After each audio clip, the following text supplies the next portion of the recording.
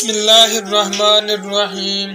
السلام علیکم دوستو آج کی ویڈیو میں 2 احادیث کے بارے میں بیان کیا جائے گا، تو اس ویڈیو کو لاسٹ تک لازمی دیکھنا، کیونکہ اگر درمیان میں سکپ کریں گے تو حدیث کا مکمل علم حاصل نہیں ہو سکے گا، جو کہ نقصان کا باعث بنے گا۔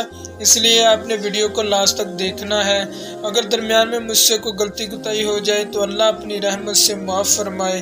چلتے ہیں ویڈیو کی طرف۔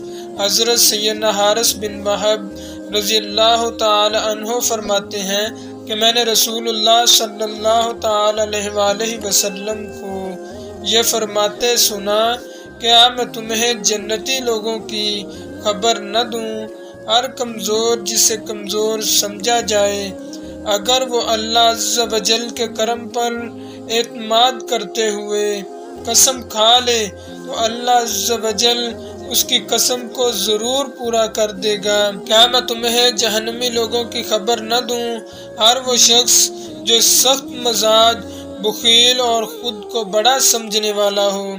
حضرت سیدنا اسامہ رضی اللہ تعالیٰ عنہ سے روایت ہے، حضور نبی رحمت شفیع امت صلی اللہ تعالی علیہ وآلہ وسلم نے ارشاد فرمایا، میں جنت کے دروازے پر کھڑا ہوا تو دیکھا کہ اس میں داخل ہونے والے زیادہ تر لوگ مسکین ہیں اور مالداروں کو ابھی جنت میں داخل ہونے کی اجازت نہیں دی گئی، لیکن جو جہنم کے حقدار ہیں انہیں آگ کی طرف جانے کا حکم دے دیا گیا ہے۔ اور میں جہنم کے دروازے پر کھڑا ہوا تو دیکھا کہ اس کے اندر داخل ہونے والے افراد میں زیادہ تر عورتیں ہیں۔